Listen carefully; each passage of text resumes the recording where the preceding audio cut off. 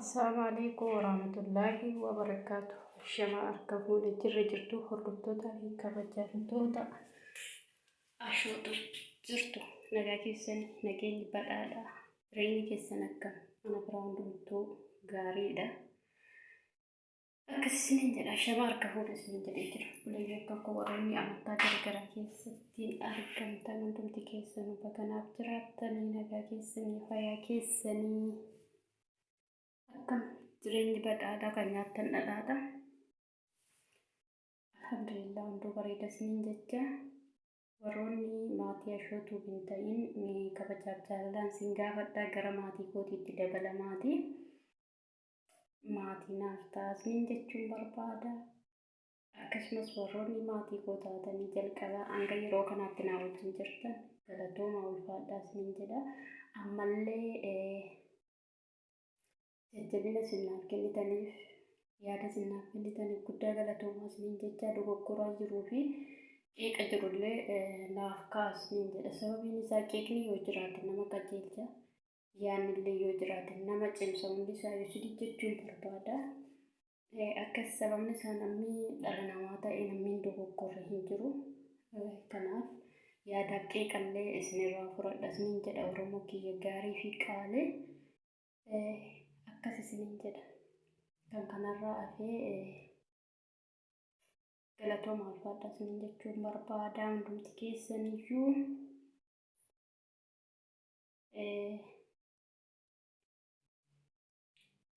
wal malee homaan qabnu wal gargaarru wal bira haa dhaabbannu isiniin jedha.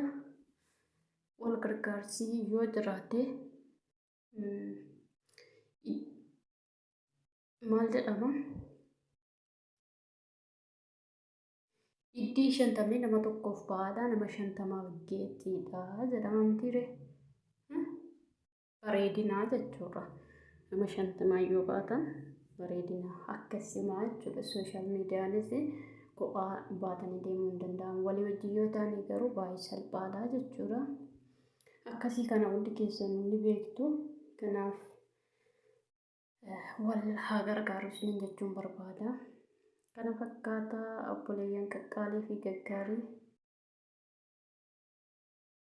isiniin jecha yaannan qabadhee dhufe anguma wallaaluma koorraa waa tokko dubbachuu barbaada jechuudha. Yeroo maraa biyya keenya keessatti yookaan gosa keenya keessatti sooshaal miidiyaa kana irratti ajandaan hin dhabamu jechuudha. Akka Oromootti garuu maaliif hin beekamu jechuudha. Ajandaan xiqqoo fakkaattee yeroo lafaa kaatu dhuftee guddaa taatee jechuudha. Waa'ee jawweerraa dubbachuufni jawween Oromoodhaaf qaaliidha. Oromoo miti Itoophiyaaf iyyuu Itoophiyaawidhaaf lammii Itoophiyaa kamiifiyyuu nama qaaliidha. Garuu nuti jechuudha qabeenya Rabbi badhaasa Rabbi nuu kenne dhugaa Rabbi gatii isaa hin beeknu jechuudha.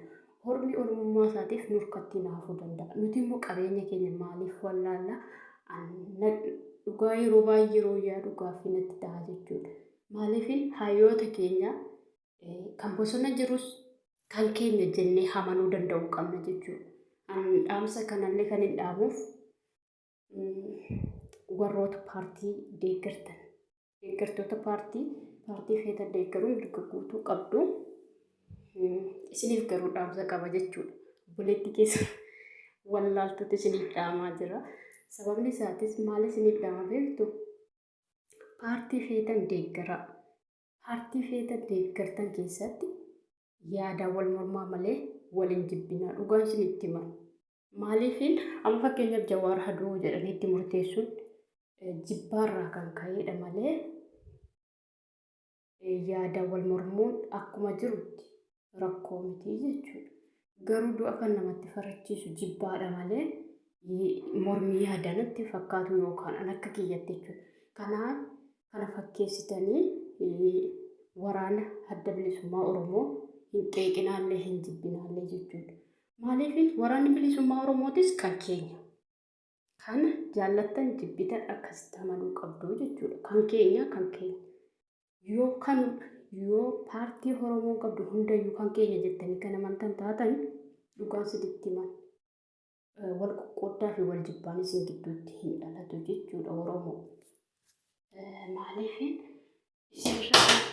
isinirra beekee miti dhiifama. Sagalee na bira jiruuf dhiifama isiniin jedha. Isinirra beekee miti hanga hubannoo yaada natti fakkaatee ibsachuu akka nama tokkootti wanti isinitti himu jechuudha. Paartiin Oromoon qabdu hundumtiyyuu kan keenya yoo jenne amanne wanti walitti nu buusu wanti wal qoqqooddaaf fidu hin jiru jechuudha. Wanti gandaaf geessitanii hayyuu keenya gashitanuuf hin jiru jechuudha. Marroon hayyuu keenya, goota keenya, qaalii keenya, hija keenya dhugaan isinitti himaan jechuudha. Baay'een jaalladha, baay'een kabajalle jechuudha. Kabajaaf jaalala guddaan isaaf qaba. Maaliif yeroo kana keessatti qabeenyi Oromoo guddaan waraana bilisummaa Oromootiif yookaan paartii Jaal-Marroodhaan hoogganamuudha jechuudha. Kanaaf jecha paartiilee walitti buusuun namallee geessitanii Jawaarii fi Marroollee waliin dorgomsiistanii gosaa fi saballee walitti hin buusina. Dhugaan isinitti himan maaliif kan gosaatii miti jarri jechuudha. Kan Oromoo kan Oromiyaati jaallattanii jibbitanii jechuudha.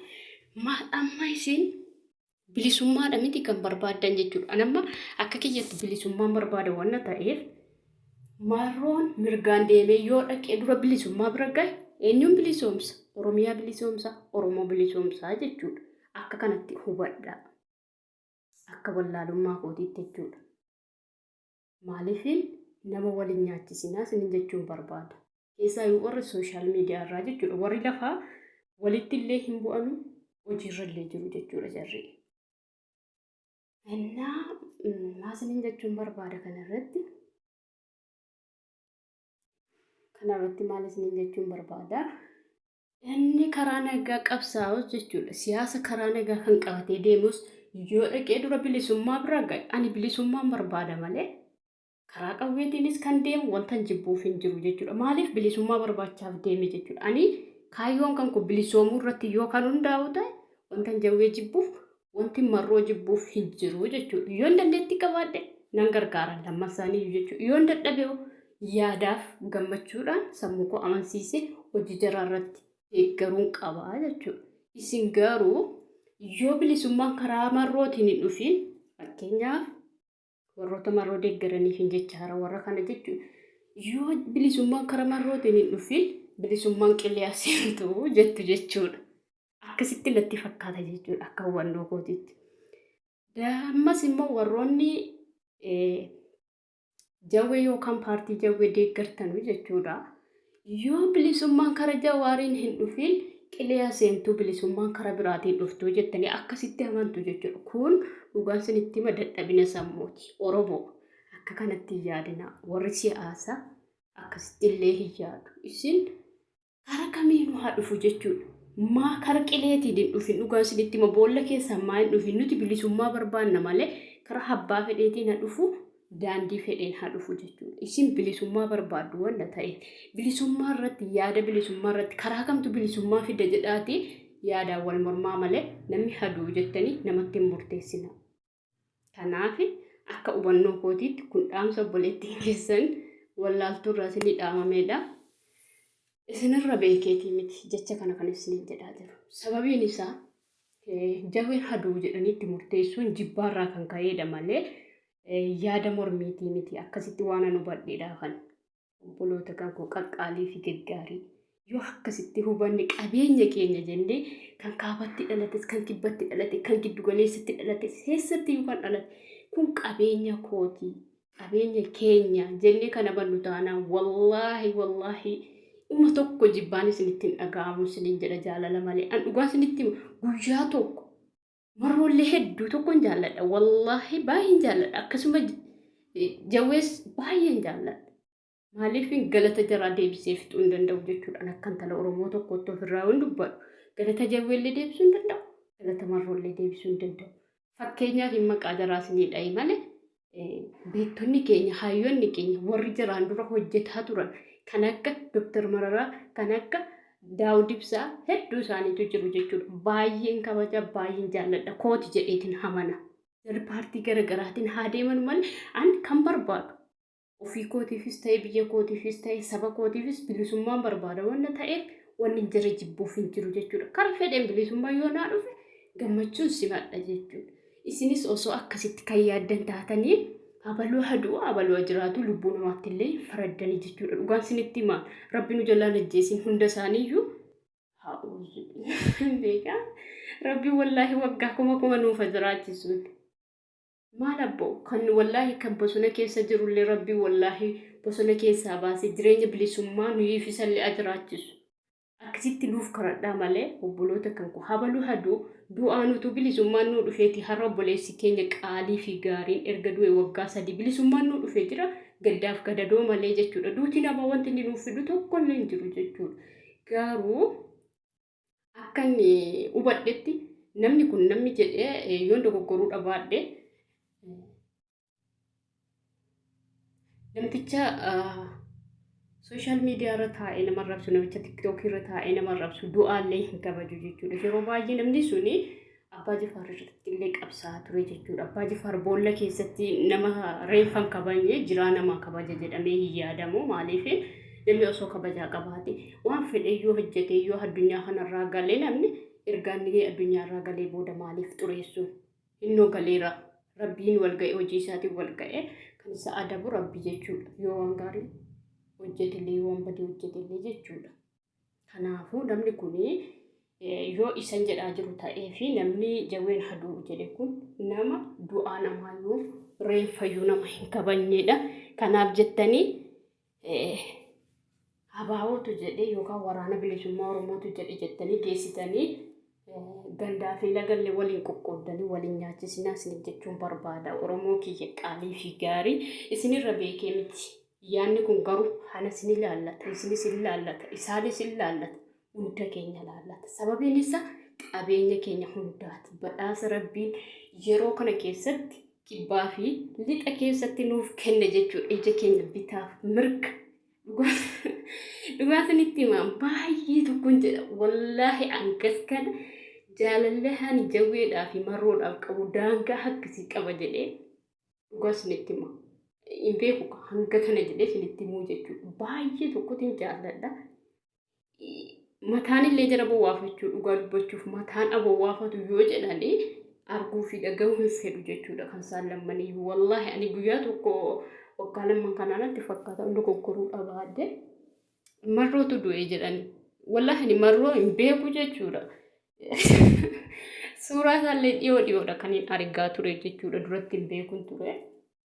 Garuu haa ta'u du'ee jennaan jechuudha. Wallaahi guyyaa 3 nyaata malee bulee usoon bo'oo guyyaa 3 booda jira jedhame achi akkasitti sammuun kan kottos gabbaa jechuudha. Maaliif niin jaalladha qabeenya keenya bar. Kanaaf isinis osoo akkasittiin kan amantan taatanii jibbaan tokkoyyuu isinitti hin dhaga'amu. Innaa paartii feetan iyyuu yoo deeggartan wanti isin akka dhuunfaa tokkotti irraa jibbitan hin jiru jechuudha. Fakkeenyaaf amma paartiin biyya bulchaa jiru jechuudha. Kan kooti jettanii amanuu danda'uu qabdu. Garuu hojiin jarri hojjetaa jiran nu wajjiniin adeemu. Maaliif nama ajjeesuu paartii isaanii waan baadiyaa waan namatti hin tolle hojjetu. Garuu sirna isaan bulchaa jiran sirna isaan qabatanii deemaa jiran falmuu danda'uu qabna malee fakkeenyaaf Shimallisii fi Abiyyi keenya miti jennee mormuu hin dandeenyu jechuudha. Keenya isaanillee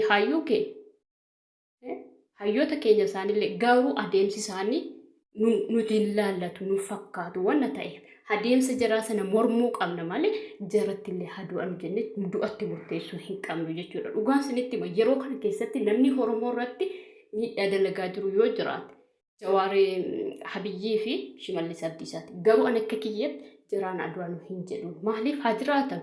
Garuu adeemsa isaanii mormuu danda'uudha qabnaa jechuudha. Akkasisiniin jedha hordoftootaa fi kabajamtoota ashootu yoon dogoggoreef dhiifama isiniin jedha. Oduu kan ku'asuma irratti isinirraa dhaaba.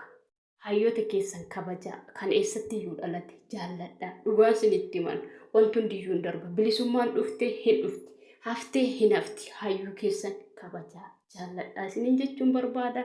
Rabbiin wallaahi jarru marroollee bilisummaa kennee fi wallaahi jiruu gammachuu rabbiin isaa jiraachisu.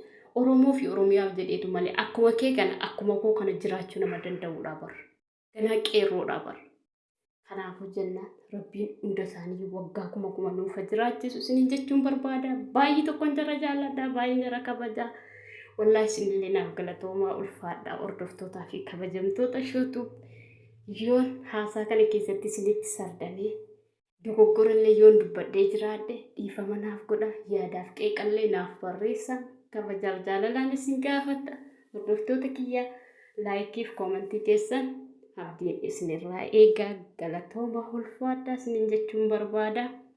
Hordoftoota kiyya baay'ee isin jaalladha, baay'ee isin kabaja. Galatooma ulfaadhaa. Warroonni akka yeroo kanaatti na wajjin taatan baay'ee tokko naaf kabajamaa isiniin jedha ulfaadhaa Oromoo kiyya.